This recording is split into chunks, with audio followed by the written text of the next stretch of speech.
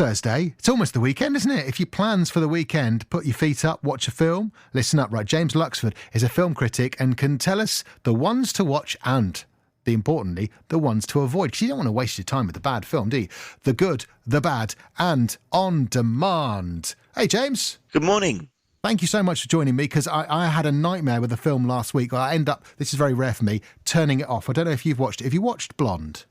Yes, I have. Yes, that was the bad from last week. Yeah, see, that's what I felt as well. I'm glad we're in agreement already. See, I loved everything about it in terms of actually the story was just not great for me, but how it looked and how Ana de Armas was as an actress, I thought were amazing, but just I couldn't get through it.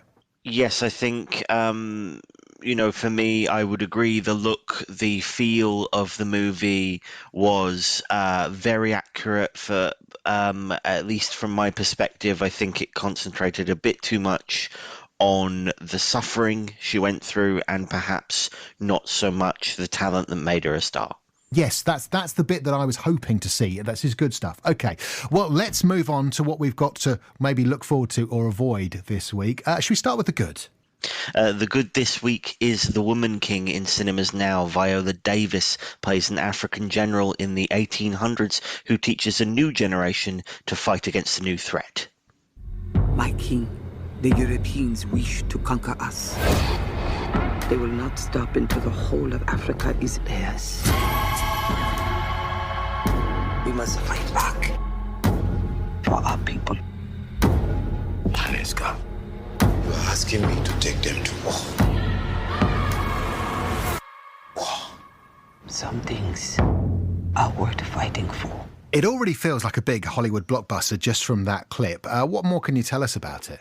I thought it was terrific. It's a historical action film in the vein of something like Braveheart, but given a new context thanks to a predominantly black female cast who are all superb, and the action is great, the cinematography is great. I think Viola Davis is just always wonderful, and Oscar winner, multiple Oscar nominee, and there was a lot of headlines about her physical transformation for the role, very much sort of looking the part as a warrior general, but I think also what she brings to the role in terms of performance, in terms of personality, is just great. John Boyega there playing the king whom she is protecting as well. A great cast and a very surprising and entertaining film. Excellent. Well, yeah, it does sound really good. Even from that tiny clip, I feel like I'm hooked already. So that's the good. The Woman King. What's the bad?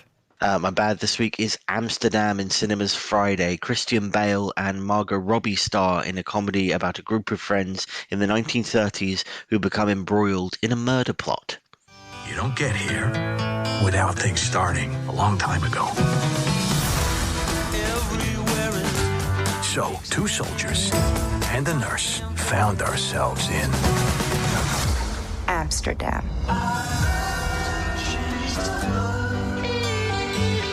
We formed a pact, and we swore to protect each other, no matter what. I feel sad that this is the bad, because I like Christian Bale, I like Margot Robbie. What doesn't work here? Yep, they're great actors, and they are both on good form here. It's just, I think it's a film that doesn't do enough with those performances. I think the story has a lot of good ideas. They just seem to happen all at once. There's so much going on. There's so many twists and turns, so many sort of famous faces popping up. It's a struggle to keep up, and I'm afraid it lost me, which is a shame because, as you say, a good cast. John David Washington also stars as one of the friends, and you may remember him from Tenet. I really enjoy anything he does. Robert De Niro pops up. Zoe Saldana is in another role. It's a missed opportunity because I think with this ensemble cast and the visual aspects, it's unfortunately the plot that lets it down. That is a shame, as you say, an incredible cast. So yeah, real missed opportunity there. Let's talk on demand. My on demand this week is Werewolf by Night on Disney Plus Friday. It's a new Marvel TV special about a group of monster hunters competing for a mysterious relic. This Halloween, you can't escape the shock, the terror of Werewolf by Night. Tonight, it is every hunter for themselves. Good luck. I'll be rotting for you. I mean, it sounds amazing, but am I going to need a Heidi cushion? I'm a bit jumpy.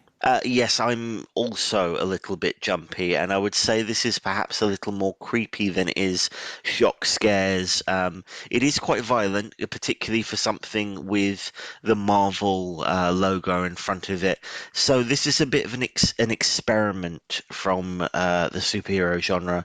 It's set in the Marvel universe, but it's sort of a TV special inspired by the classic 50s horror movies. As I say, not one for the kids, a little bit violent. It creates an interesting new avenue for the normally superhero-driven Marvel universe to go down. This has elements of that, but also sticking to the horror premise. And just about an hour. It's something nice and spooky, I think, for Halloween. Sounds good to me, yeah. Working towards Halloween, good stuff. And about an hour as well. It's about the right length for me. Thank you, James, walking us through the good, bad and on-demand from the film world. That's our film critic expert there, James Luxford, watching the movies so you don't have to necessarily. Here's Jessie J now.